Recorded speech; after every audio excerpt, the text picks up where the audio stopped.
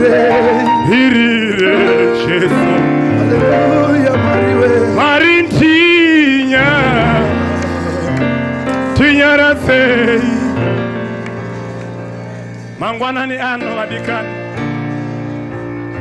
Tawe ya kutsaga mwari. Iti moyo wangu noda. Iti moyo wangu ndakusangana nemi mwari pa service ino. Chita irire Jesu. Tinya rasei Tosaka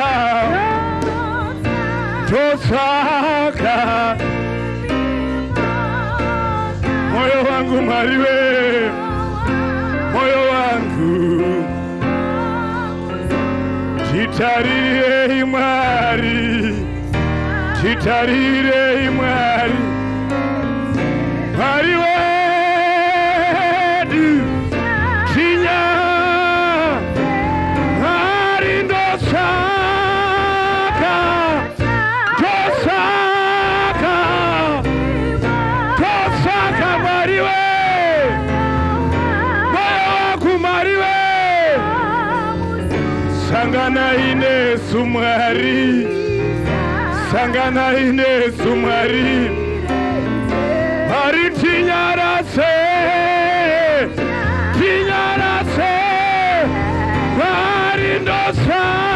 marindosaka tosaka mariwe tosaka mari sangana ine sumari, sangana ine sumari mariwe erala babosa tosa Saramando Jesu.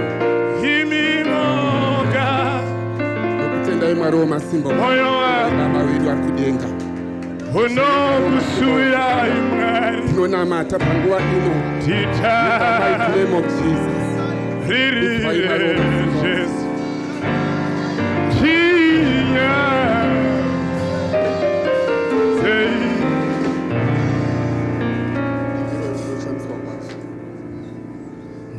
Tinosha Isa kwaso Hereina maba Iyo hakai Simboro amaoko Iwo sewa Ise hukuru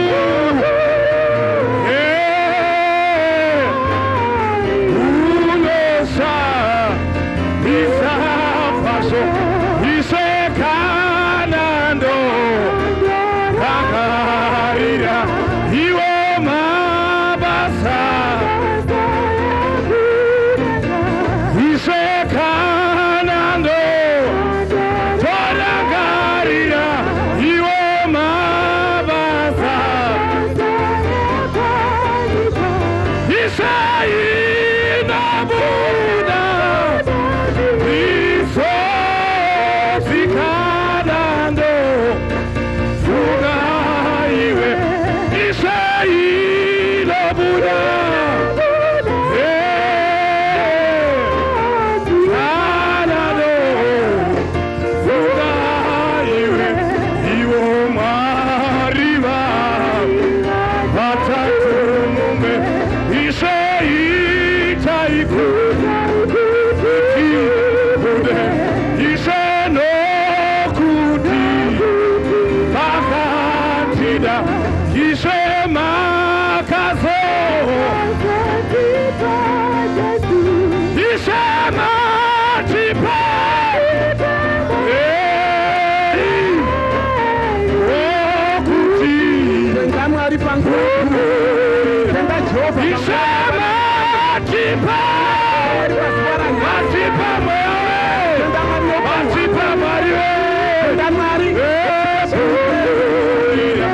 He said,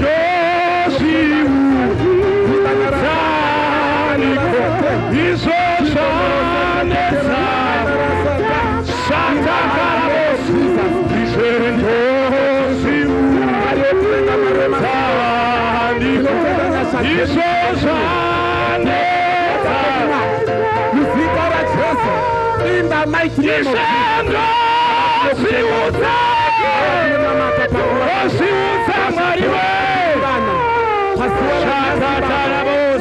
kutenda Jehova weNazareta vakanaka shuma hurerudzi rwaJudha takaraswa tiri kure nemi Mwari nenyasha nerudo rwenyu Mwari ndokutitsvaga tiri pano Mwari tinotaura kunaka kwenyu tinokutenda imi ari panguva ino muzita raJesu tinorayira munoshamisa Mwari nezita raJesu hakuna wakafanana neni Jesu.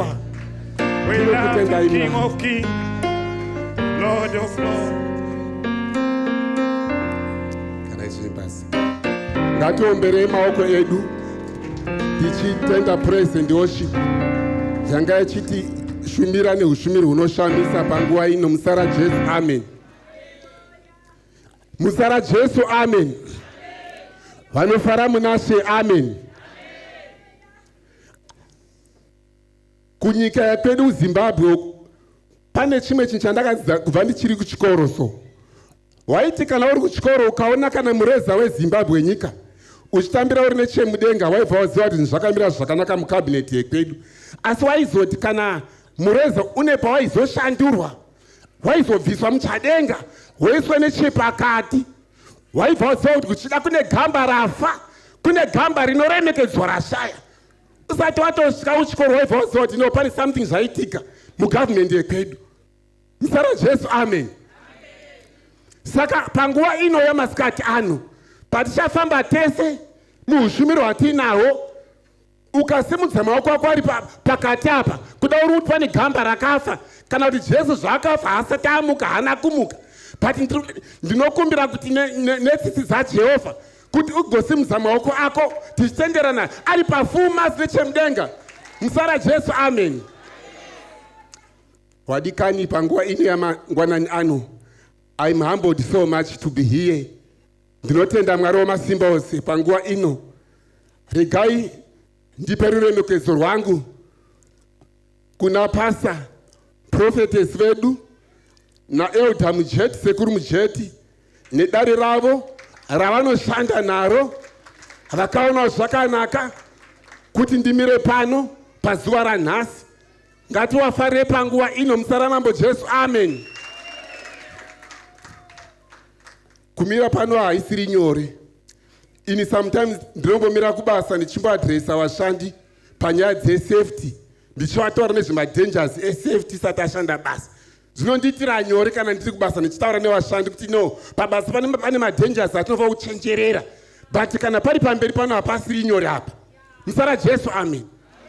Pamberi pano hapasi nyore. It is done by the grace of God. We are preserved, we are vindicated by the grace of the Almighty God. So to be here, no one can take it for granted to be here, but it is done by the grace of God. Amen. Amen. Amen. Ndinotenda zvakare panguva ino ndisikapedzi nguva ndinoda kuti tifarire vachairperson vedu vanga vachitichera zvakanaka. Baba Shabala ngativafare muzita raJesu amen. Neniwo handisi ndega, though my family is not with me today, but ngatifarewo amai mupunga muzita raJesu amen. Distance is not a barrier. We are connected in the same spirit nekwavari muzita raJesu amen.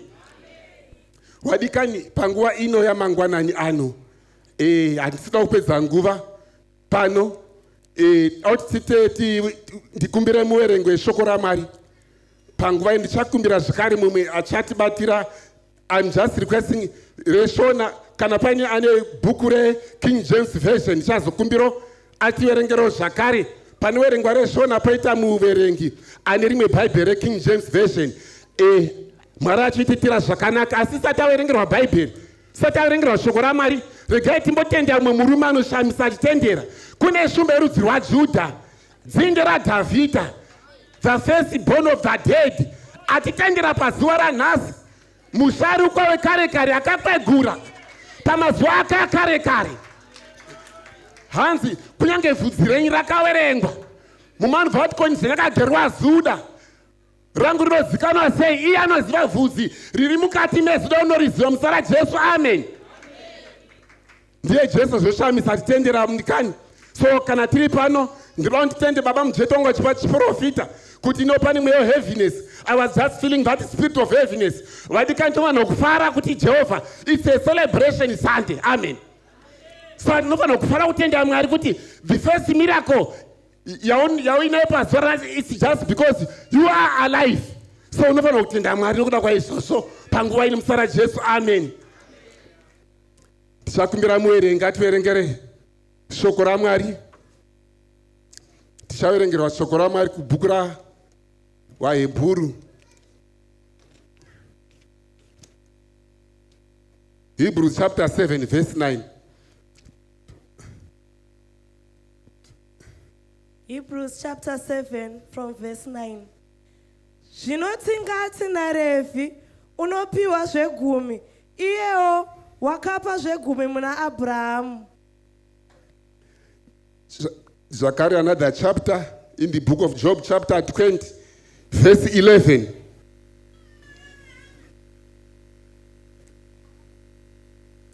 Job chapter 20, verse 11. I repeat again. Verse 11. Mapfupa ake azere nesimba roujaya hwake, asi achavata pasi naye paguruva. The third one, that is Romans chapter 5. Read Romans chapter 5, verse 12. Then move our mind up at verse 19. Verse 12.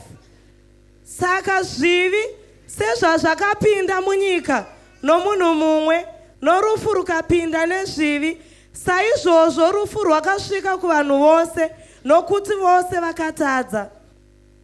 Verse 19.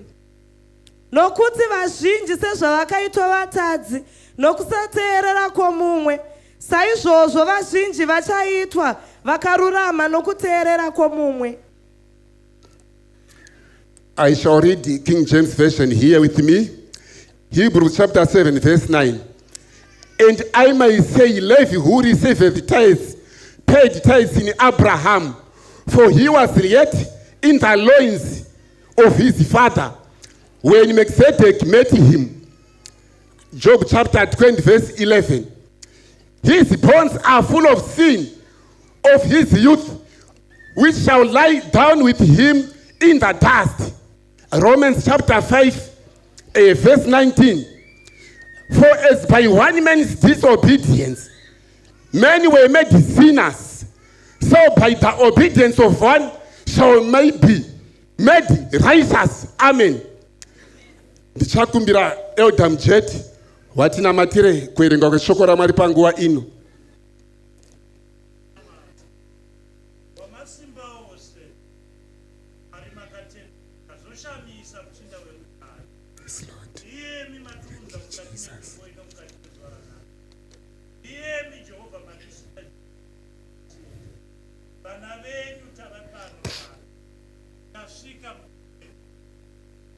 Baba, tamirira kunzwa kutaura kwenyu.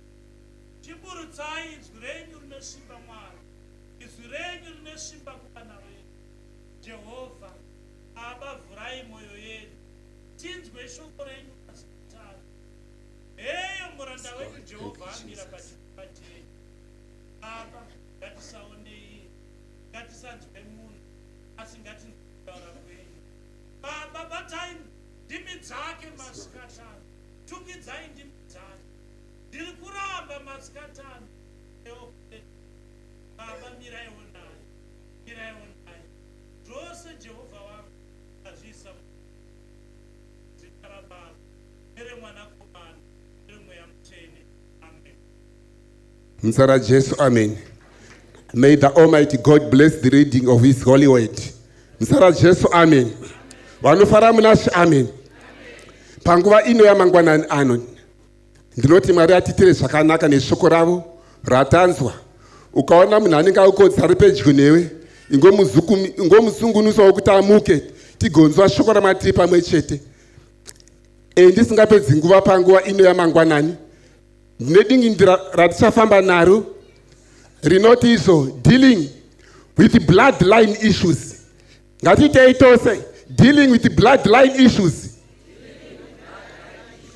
Ndodingindira richafamba naro panguva ino yamangwanani ano.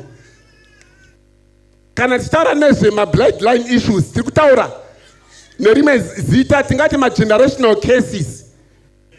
Generational cases, or else we are saying dealing with generational cases, dealing with bloodline issues. Msara Jesu, amen. Ndinokumbira zvizhinji kuti Mwari atitire zvakanaka. Inini, I am the teacher of the word. This is my area. In fivefold ministry, Ephesians 5, chapter 5, verse 11, it tells us about the vabati vaJehovha paano grace nyasha dzakaiswa mavari. Kune vaprofita, kune maevangelists, kune mateachers, kune mashepherds, kune maprophets. But my area is area of teaching, amen. So ndinokumbira zvizhinji kuti parichafamba tese tifambe tichinzwisana panguva yandichava nayo kuno kumberi kuno. So nyaya yatichafamba nayo panguva ino, I shall start from the Old Testament perspectives, then to the New Testament perspectives. When you are saying the old covenant, Old Testament, New Covenant, that is the New Testament. And the New Covenant is the New Covenant because of the death and the resurrection of Jesus Christ. Amen. Correct can add my generational cases, whatever the teaching which I shall present Pastor Nas, that is through the New Covenant, through the death and the resurrection of Jesus Christ. Philippians chapter 3, verse 9, so that I might know Christ Jesus through the power of his resurrection and having sharing in the same fellowship of his suffering. Amen. Kuroti kana rufu rwa Kristu Jesu takaitirwa zvakanaka. Saka kana rinyaya ndinayo hansina kundibati nechipadumbu. Ndichaitangira ku-Old Testament zvandareva. But panguva ino pabhuku tichafamba that is theme scripture iri kuna Hebrews chapter 7 verse 9. Some of the scriptures are supporting scriptures, but our main theme paichabuda dingindira redu ndekuna waHebrew chapter 7 verse 9. Wanofara munashi, amen. Bhuku rawaHebrew, I think I shall give just a very short narrative because nokuda kwetime yedu tinofanira tibate nguva isinotitiro zvakanaka. Mama books ataverenga, I'm no longer going to give the narratives, but tichataura nezvibhuku raHebrew. Bhuku ratanzwa panguva yamasikati rataverengerwa scripture yedu Hebrews chapter 7 verse 9. That is the background of that book. The author is anonymous. Bhuku iri zvinonzi munyori webhuku iri haazikani, asi Mwari havana kupererwa nokuda kwaizvozvo. From the theological circles, panonzi panotarisirwa kuti probably pane vanhu vaifamba naApostle Paul, vanhu vakafanana naPaul himself. Paul anotarisirwa kuti anogona kunge ari akanyora futi bhuku rawaHebrew. Pozoti ainzi Priscilla, ainzi Barnabas, Apollos, Silas and Philip.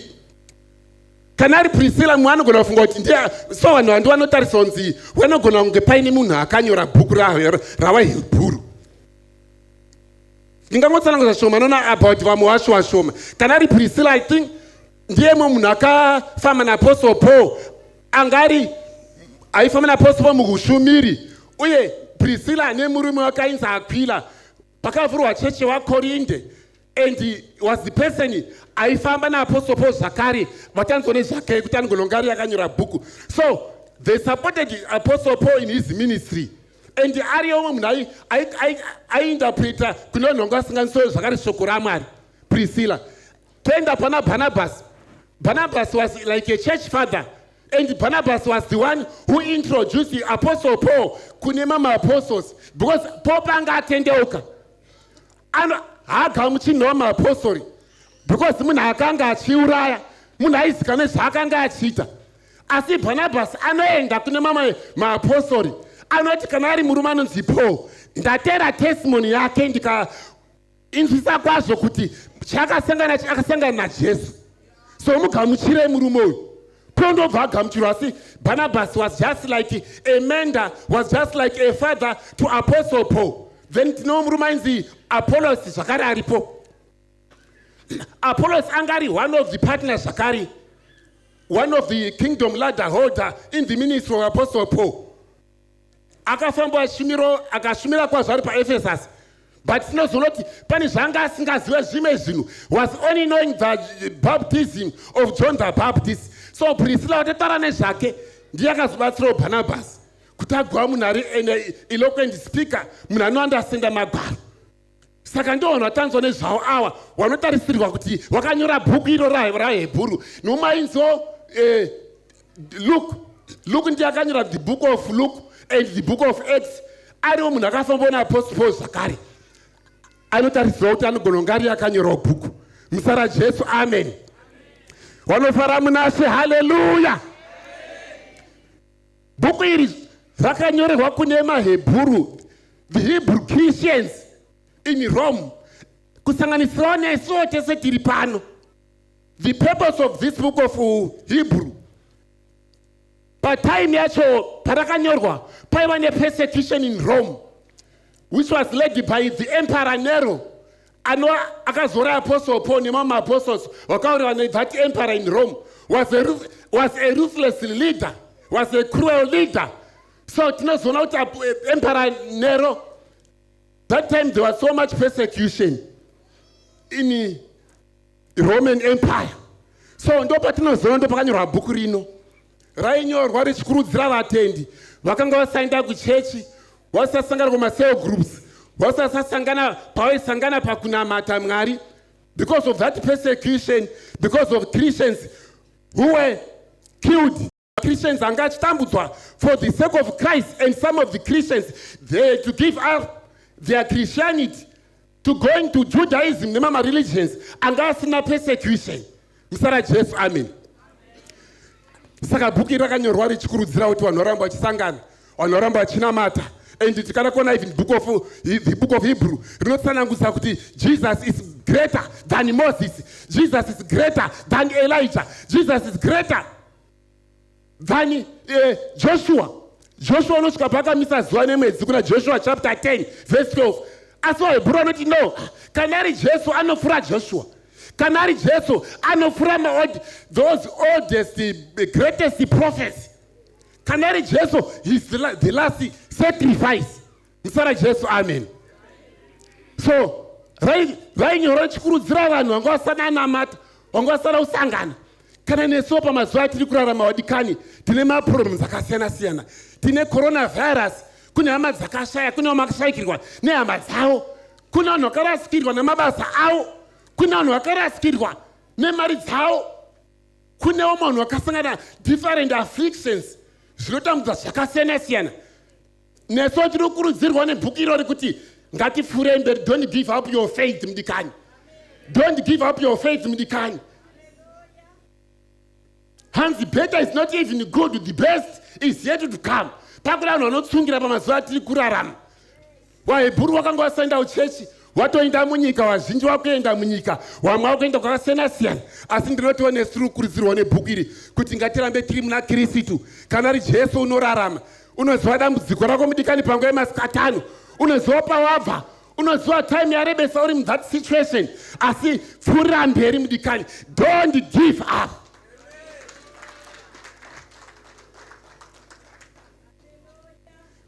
Tine chapter ino yatairengesa, ngatiende mune mhari dzedu panguva ino. Panonzi izvo Abrahamu akapa chegumi chake kuna Melchizedek the high priest. Levio chazondishamisa, chazondityisa ndechekuti panzi izvo Abrahamu wakapa chegumi chake kuna Melchizedek, but zonzi Levio akapa chegumi chake kuna Melchizedek ari muchiuno chaAbrahamu. Abrahamu akapa chegumi chake kuna Melchizedek, naLevio akapa chegumi chakewo ari muchiuno chaAbrahamu. Amen. Ndio message yatina yatanzwa iyi. Tisati tataura zvakawanda nezvenyaya iyi. We want to know who was Melchizedek. Angari Melchizedek ndiani? That's when that regret chataura tichibva kuOld Testament, because bhuku rakanyorwa in Old New Testament, but it's now telling us a narrative which happened in Old Testament. Amen. Kana iri nyaya Melchizedek tinoiwana kuna Genesis chapter 14. Tinonzwa nezve Genesis chapter 14 kuti Abraham pane paakaenda kunorwa hondo achinorwira muzukuru wake Lot. Panonzi achibva kuhondo Abraham ndo panosangana Melchizedek. Unonzi akabvisa chegumi chake kuna Melchizedek. Iye Melchizedek ndokubva ablessa. Panonzi after Abraham blessed that gave his tenth to Melchizedek, but Melchizedek also he blessed Abraham with the bread and wine. That is Genesis chapter 14. Who was Melchizedek? Panonzi Melchizedek was the high priest of God, the king of Salem. Salem, it means the peace. Melchizedek had no father, had no mother, had no end, had no beginning, had no history. Melchizedek symbolized the king of, Panonzi was the king of righteousness, was the king of justice. Melchizedek akapiwa chegumi naAbraham. So ndo patiri kunzwa that is kuna Genesis up. And tikada zoloto Melchizedek anorepresenta was overshadowing Christ, was representing Christ Jesus ku Old Testament. Panonzi was the high priest of God. And kana chinzi had no end, had no beginning, had no father, had no mother. And Jesus angas now biological father. He was the product of the Holy Spirit. So they were not his biological fathers. So but it was a product of the Holy Spirit. So Melchizedek akatakura the character of God, because canary God, the natural attributes of God, because God is righteous, God is eternal, God is peace. That is the Isaiah chapter 9. Muchinda urugare kune madzimambo akatonga muBhayibheri, but hakuna kambonzi muchinda urugare. But this one anonzi the high priest of God, the king of Salem. Saka akatakura ma-attributes kana kuti character yaMwari, in which I was representing Jesus. Kuri Old Testament vasai pane mukudzai kuti no paya pakapiwa Abraham chingwa newaini zvichirepresenta that is the holy sacrament, kana kuti the holy communion yatinoziva isusu, kana kuti chirayiro chiri kuna 1 Corinthians chapter 11 verse 26. Panonzi Jesu nezuva rakapandukirwa akatora chingwa newaini akapa kune vadzidzi vake. And Jesus himself was administering the Holy Communion. So when Melchizedek gave Abraham bread and wine, he was representing Jesus. Achipa vadzidzi vake chingwa newaini ku New Testament. Msara Jesu, amen. So he was the high priest of God, Melchizedek. Ndiwo akasanganikwa nawana Abraham. Panonzi akapa chegumi chake kuna Abraham. Abraham akaropafadzwa nokuda kwezvaangaita, akapiwa bread and wine. So that's what Melchizedek anga ari yani. Msara Jesu, amen. Ndiye akapiwa chegumi naAbraham. Tinoziva tese kuti kana ari Levi ari kunzi akapawo chegumi, ari muchiuno chaAbraham. Nyaya tinayo pano inyaya inoda kuti Mwari atibatsire. Because pari kunzi naLevi akabvisawo chegumi chake ari muchiuno chaAbraham. Anambonzi Levi ndiani? Patazoenda naye kumashure nyaya iyi kuna Genesis chapter 14. Patataura nezvaMelchizedek, the high priest of God. By that time Abraham akanga asati awana mwana, akanga asati awana Isaac, akanga asati awana even naIshmael. But pari kunzi naLevi akabhadharawo chegumi chake kuna Melchizedek ari muchiuno chaAbraham. Msara Jesu, amen. Indo pakandinetswa inini. Because kana zvinyatsona kuti kana ari Abraham baba wedu wekutenda ndiwo vanorepresenta the first generation. Then totazoenda manje kuna Isaac anorepresenta the second generation. Tozoenda kuna Jacob anorepresenta the third generation. tozoenda zvakare kuna Levi watanzwa nezvake kuti anorepresenta the fourth generation. Musara Jesu, amen. So chandinetsa chinhu wani manje kuti alright iye Abraham achisangana Melchizedek Levi ari kunzi akabhadharwa chegumi. But how many years which were already there before Levi asazvarwa Levi chachiri chizukuru but ari kunzi akabhadharwa chegumi chake ari muchiuno chaAbraham. Musara Jesu, amen. Panofara muna She, hallelujah. Daira amen Satana abwekane.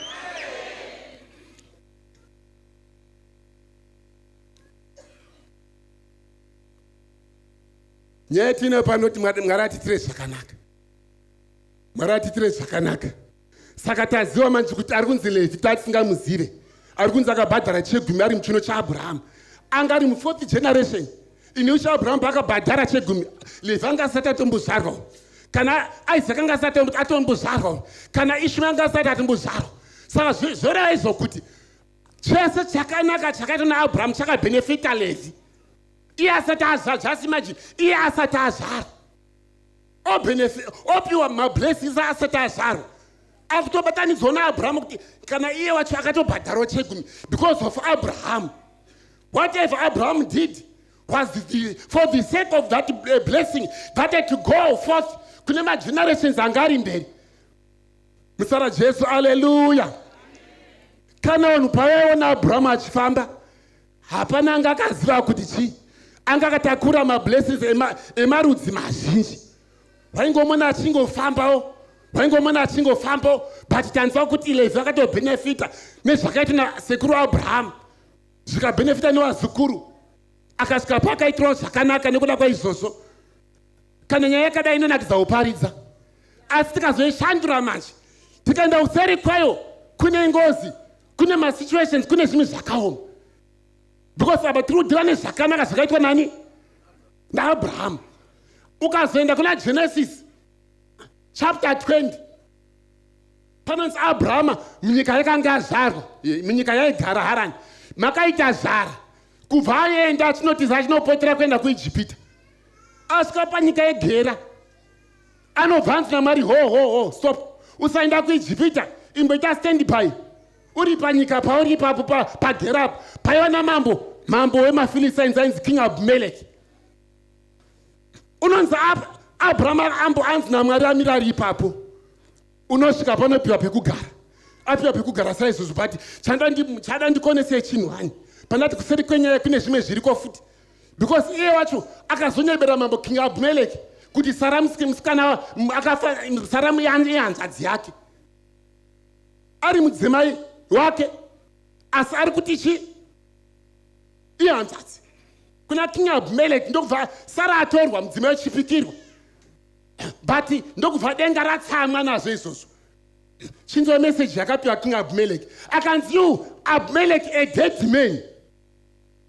Iwe murume akafa hausi kuziva here kuti mudzimai watora chi mudzimai wemunhu akaroorwa ari married mudzimai and a case was pronounced naMwari kuna King Abimelech nezvangaita asi Abraham anga anyeba kuti chi Sara that is hanzvadzi yake. Saka chenoti that case yakaenda kuna Isaac zvakare Genesis chapter 26 tinotanzwa that same incident it also happened to Isaac his son. Unosvika wachida kuenda kuIjipita paita zhara zvakare asvika panyika yeGera pana King Abimelech unobva anzi naMwari usaenda kuIjipita chimbomira uripo and you shall be fruitful in the barren lands. Panosvika panomira panoita chivi chimwe chete chakafanana anobva ati musikana Rebecca mudzimai wake ihanzvadzi zvakare futi but chakazoita kuna King Abimelech akadongora nepahwindo akaona kuti mafaro ari kuita vanhu akaroorana chete akati anowa ndinyeberayo ndaona nepahwindo kuti mafaro amuri kuita muno makaroorana muno zvikati nzino ndaichifunga kuti kuno kunzvimbo kuno kune vanhu vasingazvityi Mwari ndaitya kuti ndinogona kuurayo ndotorwa mudzimai wangu nokuda I thought I could be killed for the sake of my wife. Zvikanzwa kuti achiwa darusa izvozvo because dai ndatadzira Mwari ndatora mudzimai wako chitinyebera kuti ihanzvadzi asi saka muri kuona here kuti chichiramba chichiendera mberi kuti Abraham pakanyeba paIsaac bvanyeba tikazoendawo kuna Jacob akabvaita zvakaitawo zvimwe zvikunyeba, but Josefa pakazvitengeswa kuIjipita, baba wakanyeberwa Jacob.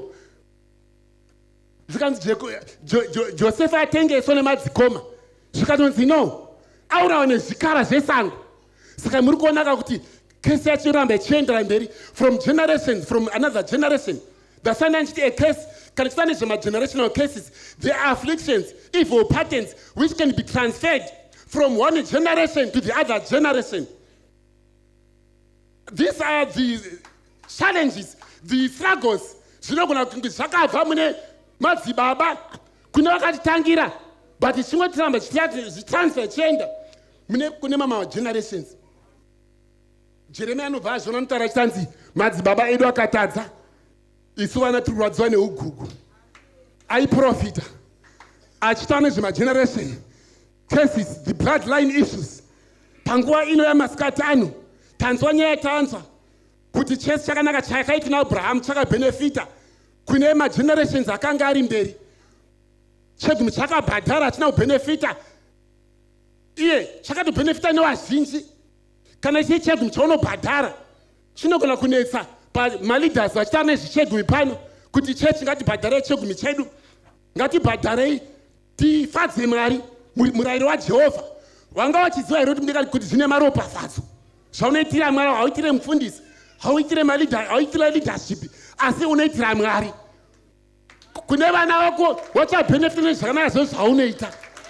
Usaita chinhu uchifunga kuti uri kufadzisa munhu. Hakuna munhu ane denga, denga idunga munhu. Saka unochita chinhu every time, do it with your heart, with the abundance of the heart, that I'm doing for God. Boss, if you are having critical analysis and rational argument, kuti levasata azvarwa, onzaropafadzo yese azvarwa, onzabvisa chegumi. Dai kuti taisangana Levi tikamubvunza kuti iwo une here pawakambosanganawo naMelkizedeki iwe. Uri kunzi wakabvisa chegumi kuna Melkizedeki.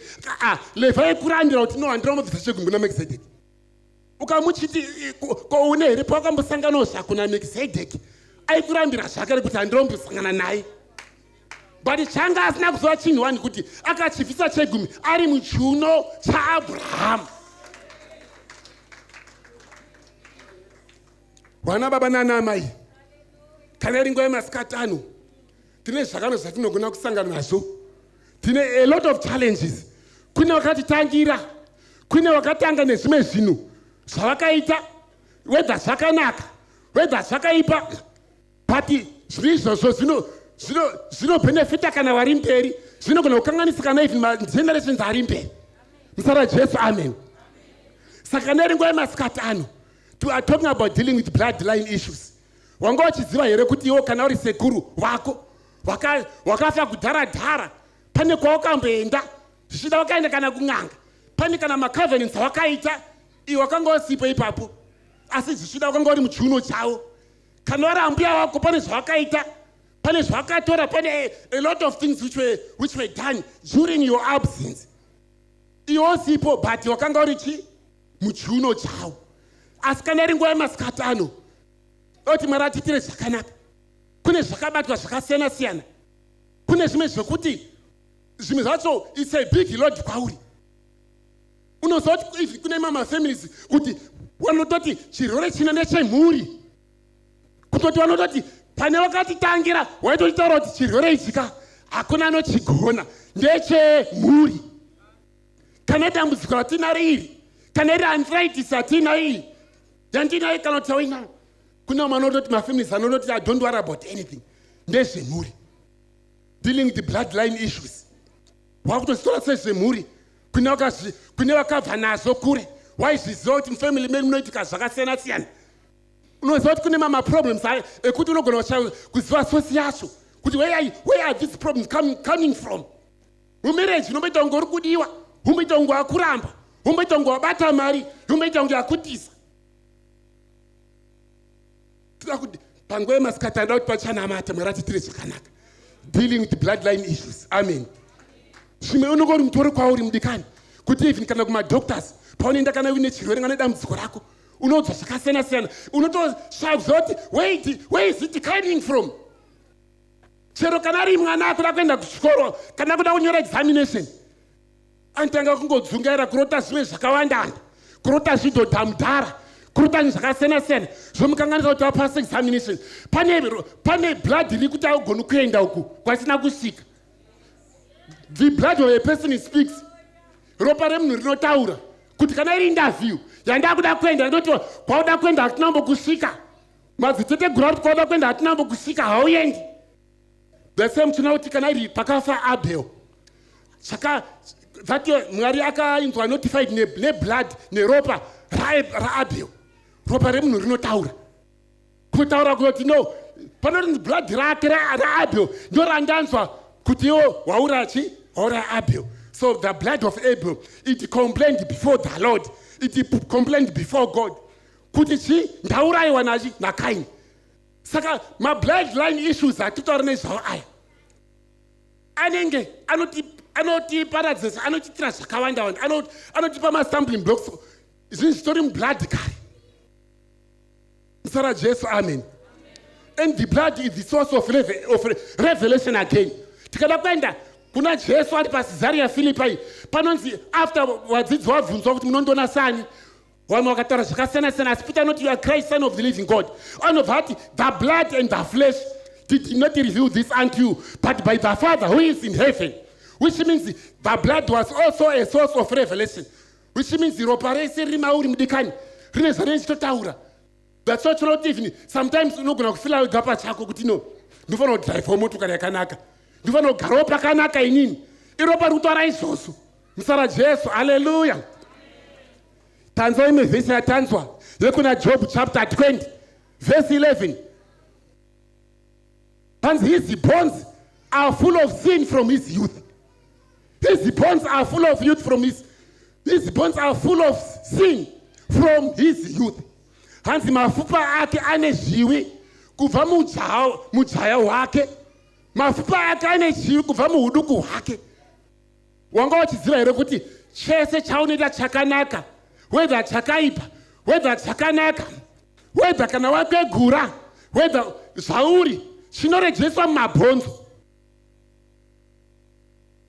Hanzi his blood, hanzi his bones are full of sin from his youth. Saka chese chaunoita mudikani chakanaka chinorejeswa mumabhonzo. Whether watuka nhasi chinorejeswa mumabhonzo. Whether wayenya waenda pasocial media wataura zvaunoda kuti chechi ino zvemari zvawandisa, ndakutsvaka chechi yekuenda, zvinorejeswa mumabhonzo.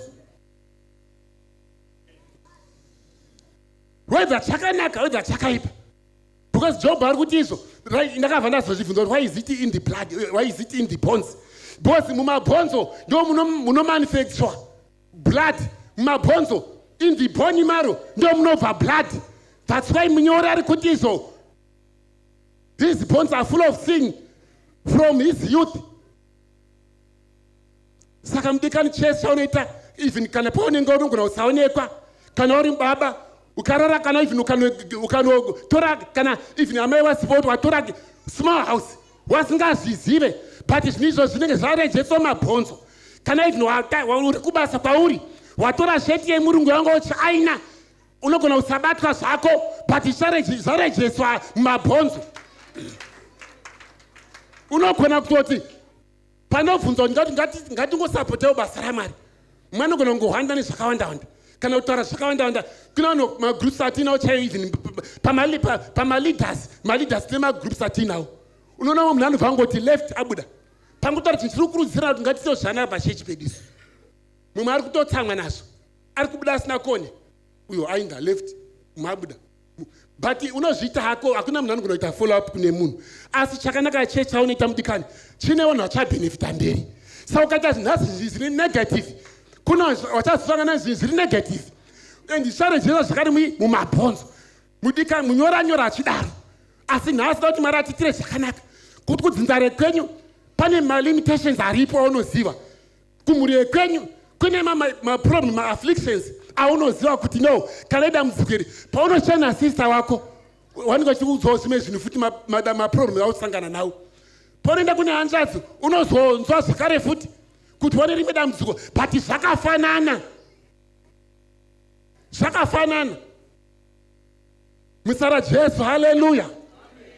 oti maratitire zvakanaka panguva ino, asi ndinofara panguva yemasikatani kuti kana zvakadaro, kana mweya yemadzinza iriko, kana mweya yemadzisekuru iri muchiuno, kana pane zvakareiswa mumabhonzo, but kana ari Jehovha, tinonamata ndiJehovha mupenyu, tazonzwa kuna Romans chapter 5, that is verse 19, for as by one man's disobedience many were made sinners, so by the obedience of one shall many be made righteous. Amen. Panonzi, nokuda kwe disobedience of one person, we were all made sinners, and the death came to everybody through Adam, which means pakaswa Adam wakanga usiripo, pakaswa Adam ndakanga ndisiripo, but pari kunzi izvo nokuda kwe disobedience yake yakaita Adam yakatikonzeresa kuti nesu tisati tazvarwa already takatenita hanzi mumbereko wezvivi, we already sinners. Death came to everybody because of disobedience of one person, Adam. Msara Jesu, amen. Panonzi Adam afurwa nenyoka. If afurwa nenyoka, wese vakadya muchero wairambidzwa naMwari. But effect yacho yakazowa on all humanity. Pane vanhu vose takazowa neproblem tese. Patinozvarwa takazvarwa tine dambudziko, takazvarwa tiri muchiwi, takazvarwa tiri vanhu vakatotarisirwa nerufu kare nokuda kwemunhu wanakatadza. Msara Jesu, amen. Asi tikazoenda pari kunzi izvo, so by the obedience of one shall many be made righteous. Neobedience yemunhu one anova Kristu Jesu, takawa vatsvene tese, takashongedzwa tese, takacheneswa tese, kana ari magenerational cases akabviswa nokuda kwemurume one anonzi Jesu, akawa neobedience pamberi paMwari. Msara Jesu, amen. Nhasi ndinofara pazuva ranhasi kuti you are having that is a joyful Sunday, a celebration Sunday, nokuda kwaMwari akatisunungura. Kana mudikani panguva yemasikatano, kana ari Jehovha, kana wakatenda kwaari wakasunungurwa, kana ari Jehovha uchitenda kwaari, kana ari mweya yemarudzi haina simba, kana ari mweya ipi yemadzisekuru iri muchiuno nezvakarejeswa mumabhonzo hazvina simba. Musara Jesu, amen. Musara Jesu, amen.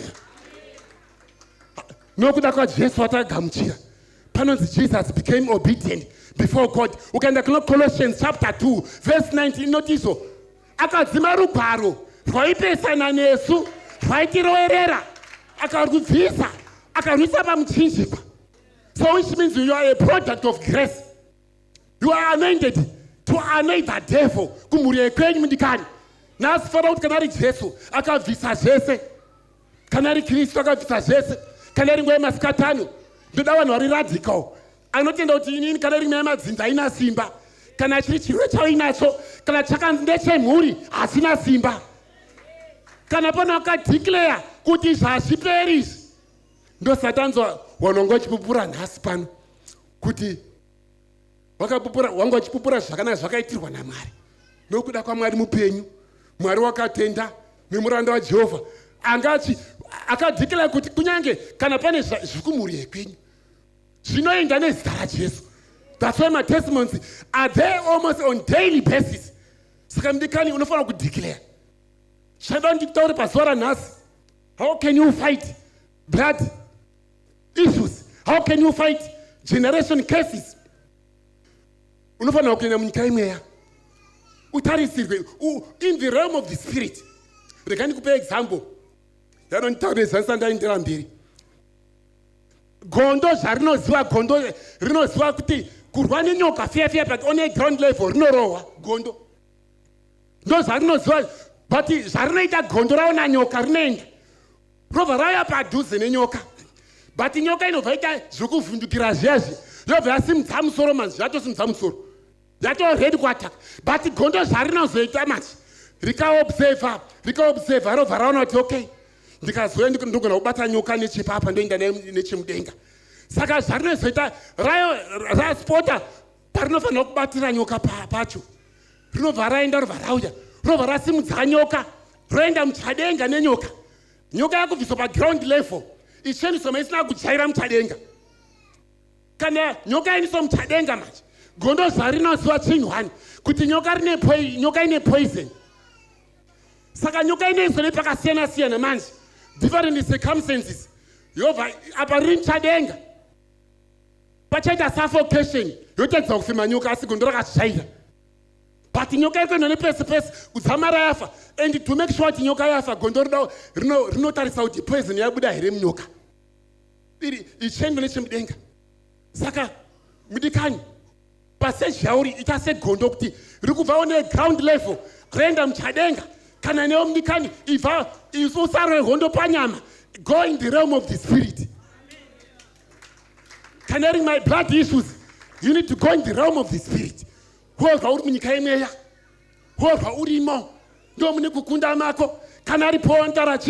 Our weapons are not carnal. They are mighty in power for the pulling down of stronghold, which means every stronghold in your family, in the next stages.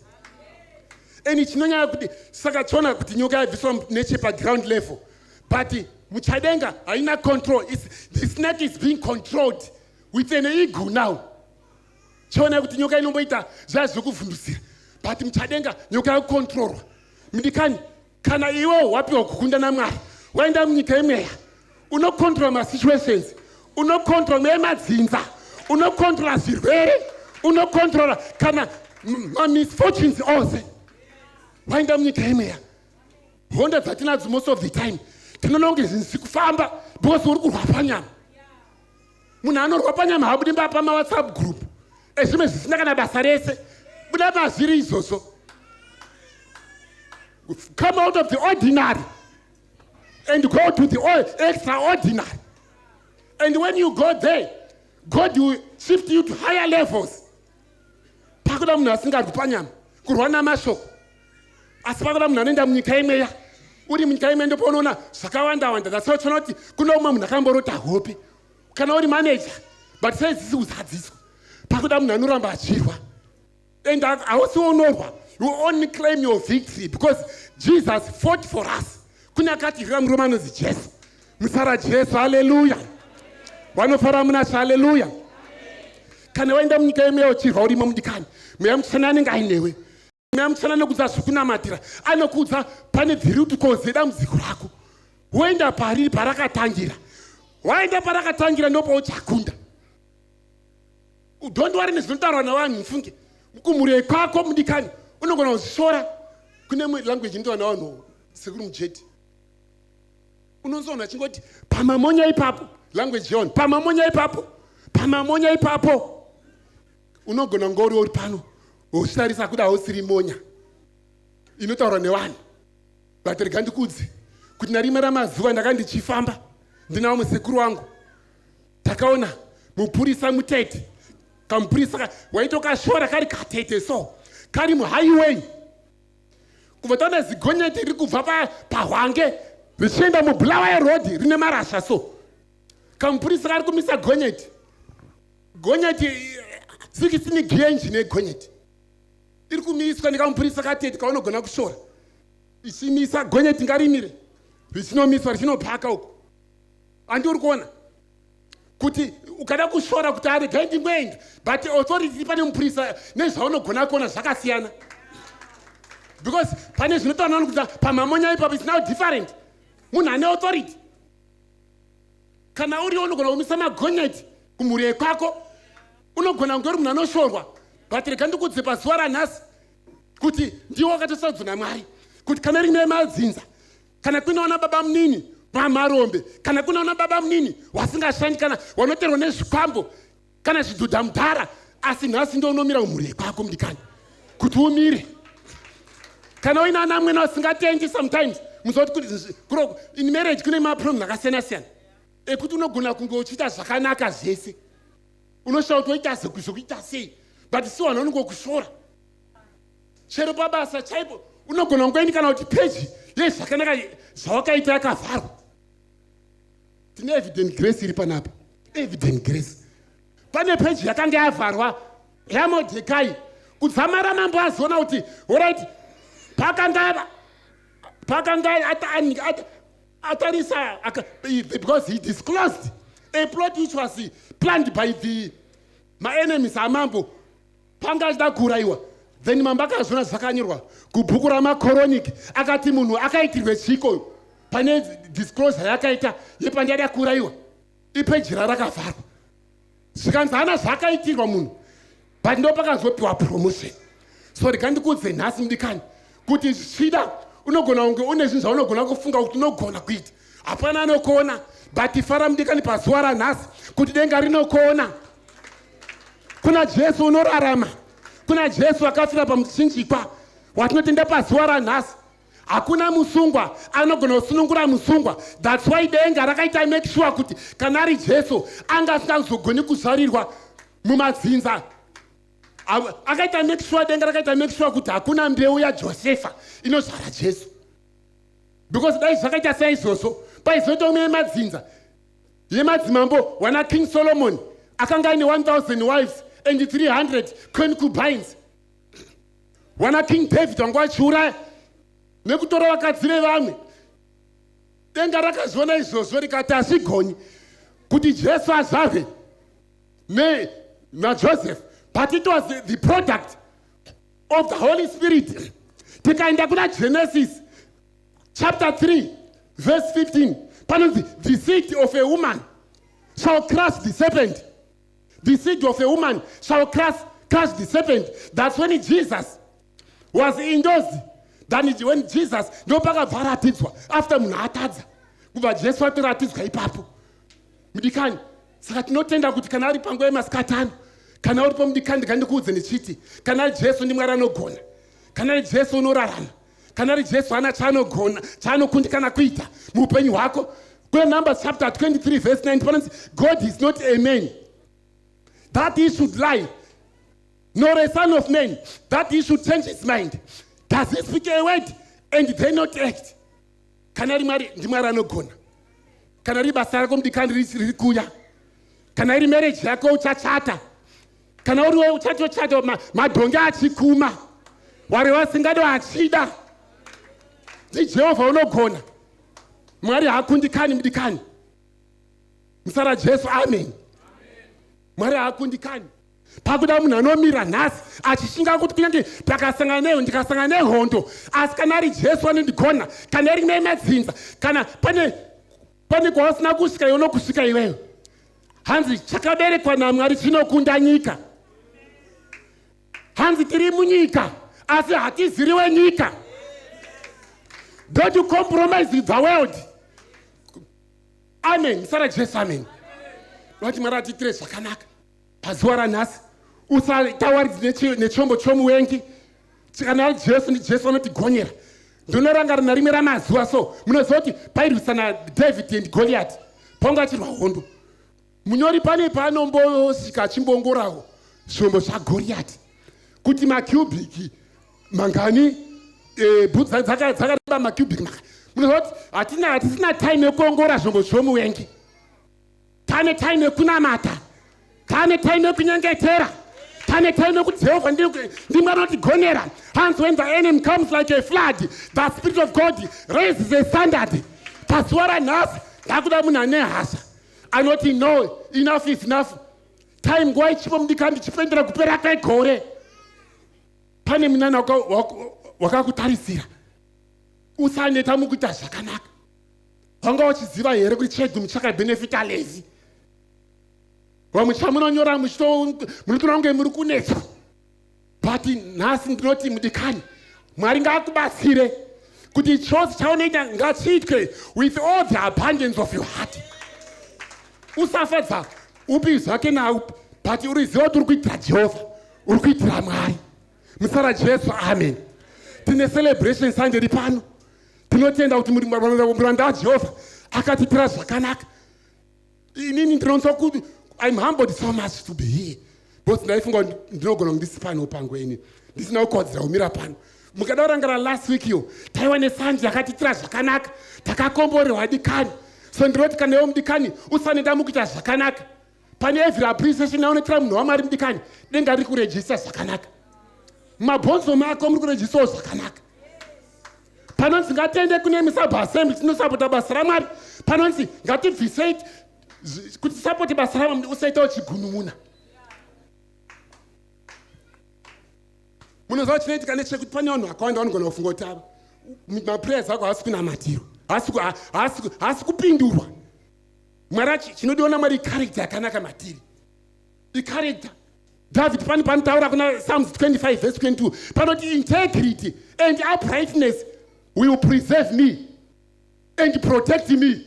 Saka tiona kuti munhu ochengetwa neunhu, kuchengetwa hanzi unhu hwangu, reshina ndobva rati unhu hwangu nekururama zvichandichengeta. David anga ane zvakawanda-wanda, ufumi, machinda, asi iye akanosvika panoti no, unhu hwangu huchandichengeta. Unhu hwangu nokururama zvichandichengeta. Integrity and uprightness will preserve me and protect me. Ndinoto mudikani, kana uri unhu hwakanaka, uri unhu hwakanaka ndo unokusimudzira, unokupa chigaro. Unhu hwakanaka ndo hunodiwa mudikani. Mukurarama kwedu ndinoti panguva yemasikati ano Mwari atitire zvakanaka. Unogona kunge nesituation yainayo pazuva ranhasi yaunofunga kuti yagarisa. Unogona kunge uchiziva zvinoitika kana kumhuri kwenyu. Unogona kana zvimwe zvausinganzwisisi, mweya yemadzinza, mweya yemarudzi iriko. Asi nhasi tinofara kuti Jesu akamuka muvakafa, akamuka neupenyu, akamuka nekukunda, akamuka nevictory. Saka nhasi tinonamata tisingatye because kune murume akatimirira. Unonzi iye is at the right hand of God, a place of power, interceding for us. Saka paunointerceda pane murume, you are empowered by Jesus Christ. Sara Jesu, amen. Vanofara munasi, amen. Tinoona munhu pazuva ranhasi unoti kana kuri kumhuri kwedu ndichamira segamba, ndichamira sesoja. Mumwe akabva azobvunza akati, how can you become a hero whilst you are not dead? Ndomo munhu aidaro kuti ungavagamba sei usina kufa. Munozoti vanhu vajaira zvinhu zvakajairika kuti rinongonzi gamba igamba, munhu afa, munhu airemekedzwa. But nezvauri zvanamukudza zvichasemuprista wekuti aishorwa se anga ine authority yokumisa gonyeti. Kana mumhuri yekwenyu uri gamba mudikani, kana mumasituations ako usatye, stand with the power, stand with the victory, stand with the boldness that Jesus Christ can do anything for you. That's why Apostle Paul said that I can do all things possible through Christ Jesus, who can give me the power and the ability. Sarah Jesus, amen. Usavundiswa na Minister of Home Affairs kuti mapemisi acharinyiwa, kunogwa achaita zvitaimboita, zvazodai. Usavundisirwa mudikani. Tinomira naJehovha tigone kuzvirwira isu. Anozvirwira ndiJehovha. Fungofunga ndorondo waIsraeri kuti wakaenda in different nations, wakaenda muvaroma, wakaenda muamidzi and Persia, wakaenda mune yainzi Macedonian Empire yailidwa naKing Alexander the Great, wakaenda kumagiriki, wakaenda kwakasiyana-siyana. Wari under different captives, but pane zuva rakataurwa naMwari kuti vachasunungurwa. Rikasvika rikasunungurwa, and pakusunungurwa kwawo wakashandisa munhu anga asinganamati, munhu anga asingatozivi Mwari ainzi King Cyrus. So usazoti Mwari haatauri navahedenyi. King Cyrus akatosarudzwa kuti asungura Israel, akanyora decree kuti wanga kucaptivity kwanga vari kuBhabhiloni wabve ikoko. Saka chiziva kuti kana ari Jehovha, God is time, the right time.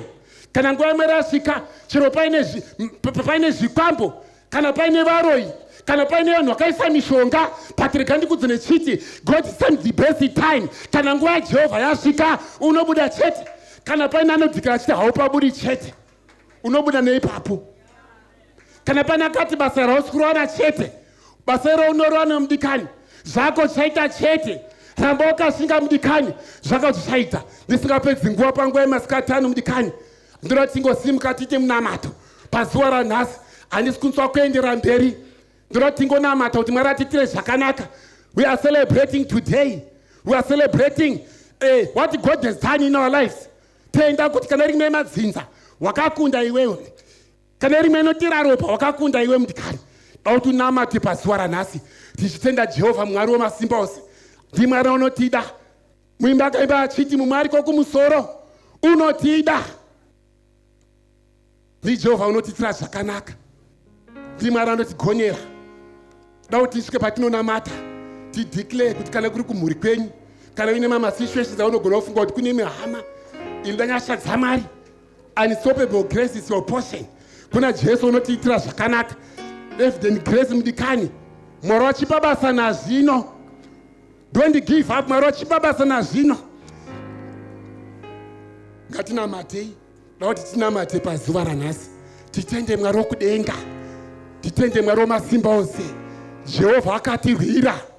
Namawanga ake takaporeswa. Neropa rake takasunungurwa.